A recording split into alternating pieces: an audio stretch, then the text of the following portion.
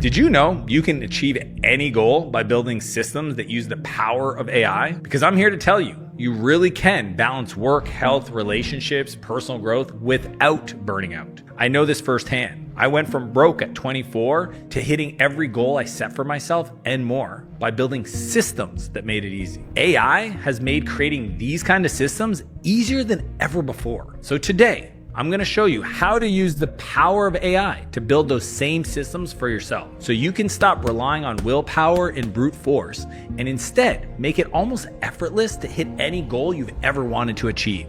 So let's get into this. The first thing is you have to think in systems, not just goals. Every person has the same goals: make more money. The person with the system has the higher probability of hitting that goal if they actually sat down to figure it out. Systems take over when willpower and motivation go away.